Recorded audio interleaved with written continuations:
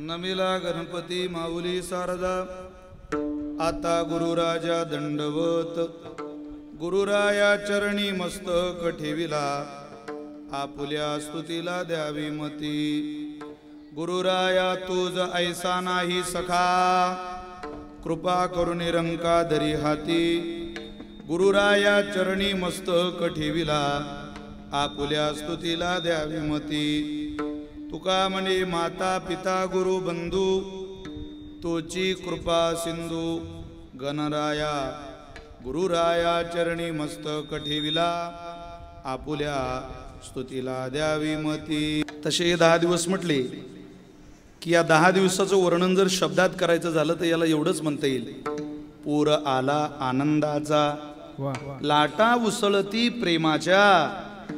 हा आनंदाचा पूर आहे आणि या आनंदाच्या पुराचा सोहळा ज्यांच्या कर्तबगारीने ज्यांच्या कार्यकुशलतेने आपल्याला सगळ्यांना अनुभवला येतोय, या ज्ञानगंगेमध्ये या आनंदगंगेमध्ये स्नान करण्याचं सद्भाग्य आपल्याला मिळतंय। ते या 40गाव मतदारसंघाचे विद्यमान कार्यसम्राट आमदार आदरणीय मंगेशदादा चव्हाण, मी त्यांना मनापासून वंदन करतो, त्यांना धन्यवाद देतो। एक देखणा सोहळा या ठिकाणी त्यांनी आयोजित केला। लोकप्रतिनिधी मी काय केलं हे सांगणाराच असू नये, तो समाजाचं ऐकून घेणारा सुद्धा असावा, असा दंड, अशी परंपरा, अशी समाजकारणाची पद्धत ज्यांनी या जिल्ह्याला लावून दिली। नवीन मिळालेले 5 वर्ष आणि पहिल्यांदा या नगरीची या मातेची सेवा करत असताना गेल्या 5 वर्षामध्ये जी सुखदुःख ऐकून घेतली, मला असं वाटतं हा जमलेला जो पूर आहे हा त्या प्रेमाचा पूर आहे। ज्यांचं ऐकून घेतलं ती माणसं इथं आली। सांगणारे बरेच झाले, ऐकणारं कोणी राहिलं नाही। समाजकारणामध्ये राजकारणामध्ये ज्याला यश मिळवायचं असेल त्याने आपलं लोकाला सांगत बसू नये, कधीतरी आपलं शांत चित्ताने बसून समाजाचं ऐकूनही घेतलं पाहिजे। ऐकून या। सर्वसामान्य लोकांपर्यंत ज्ञानोबाराय तुकोबारायांचे विचार पोहोचवण्याचा मानस आमदार साहेबांच्या मनात आला, फाउंडेशनच्या मनात आला आणि त्यातला खारीचा वाटा नियोजनाचा तुम्ही उचलला। 2-4 पावलं ही सगळी मंडळी माझ्या बाप्पा करता टाकत इथपर्यंत आले। मी विश्वासानं सांगतो तुम्हाला, तुम्ही जर 10 दिवस 2-4 पावलं गणपती बाप्पा करता टाकत येत असाल तर संकट काळामध्ये हाच बाप्पा हजारो पावलं टाकत तुमच्या दारात तुमच्या मदतीला धावून येईल। हे कृपेचं दैवत आहे, हे साम्राज्याचं दैवत आहे, हे समाधानाचं दैवत आहे, हे सुखाचं दैवत आहे, हे आनंदाचं दैवत आहे। माणसाची शक्ती जर जग चालवत असेल, ऐका 2-3 उदाहरणं देतो तुम्हाला ज्ञानेश्वरीतले। देवाची सत्ता काही लोकांना मान्य नाही, काही म्हणता हे सगळं निसर्ग घडवतो। कोण निसर्ग? अरे ज्ञानेश्वरी वाच, निसर्ग ही कल्पना डोक्यातून निघून जाईल मित्रा। कोण? अरे हाती पाऊस झाला की 40 गावच्या बाहेरचं नालगड सुद्धा आपलं ऐकत नाही। त्या नाल्याचं पाणी घरात शिरतं, नदीचं पाणी घरात शिरतं।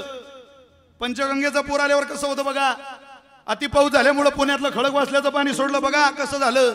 नदी ऐकत नाही, नाला ऐकत नाही।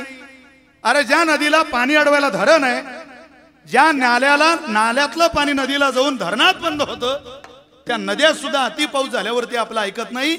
अशा हजारो नद्या ज्या समुद्रात गेल्या, त्या समुद्राच्या तटाकावर जाऊन देवाच्या शक्तीचा अंदाज बांधा। हजारो किलोमीटरवरून आलेली, हजारो नद्यांच्या पाण्यानं मिश्रित असलेली, हजारो किलोमीटर प्रति घंटा प्रवास करत असलेली ती समुद्राची लाट, त्या लाटेला अडवायला किनाऱ्यावर कुठलं धरण नाही, कुठला बंधारा नाही, पण तरी समुद्राची लाट किनाऱ्यावर आली की शांत होते। तिला कोण आहे सांगायला? याचं उत्तर ज्ञानेश्वरीत आहे। मीर घालो असे भूतडी समुद्रे ही महाजडी, ही पासूची डिपोडी विरेची ना ज्ञानोबारे बोलली। मी सांगितलंय त्याला, पर्वती बैसका न संडावी, समुद्रे रेखा न ओलांडावी। ज्या दिवशी समुद्र आपल्या रेखेचं, आपल्या सीमेचं, आपल्या मर्यादेचं उल्लंघन करेल त्या दिवशी तुमच्या माझ्या नाकातोंडात पाणी जायला सेकंद सुद्धा लागणार नाही। इथं पृथ्वीच्या सभोवताली 71% 71% पाणी आहे। ही परमात्म्याची शक्ती आहे। 9 महिन्यानंतर बालक जन्माला येईल हे सांगणारं विज्ञान जगात आहे, पण 9 मिनिटांनंतर तुम्हाला मरण येईल हे सांगणारा विद्वान या देशात अजून जन्माला आला नाही। ते सूत्र परमेश्वरानं कोणाच्या हातात दिलं नाही। आहे तितके दिवस आपली मस्तीत आनंदात जगा। लोकांच्या दारात काय जाता सुख मागायला? जगातली सगळे दरवाजे बंद झाल्यावर जगन्य त्याचं दार खुलं होतं। अनाथ बनून जा, याचक बनून जा, फकीर बनून जा, इंटरनॅशनल दर्जाचा भिकारी बनून जा, होईन भिकारी पंढरीचा वार करी। ज्या दिवशी भिकाऱ्याच्या अवस्थेत दारात जाऊन त्याच्या चरणावर मस्तक टेकवलं जातं त्यावेळेला त्याला कृपेनं आपलं घर भरावं लागतं। तिथं गेल्यानंतर म्हणायचं एवढंच, नमिला गणपती माऊली सारगा, गणपती माऊली सारगा, गणपती माऊली सारगा।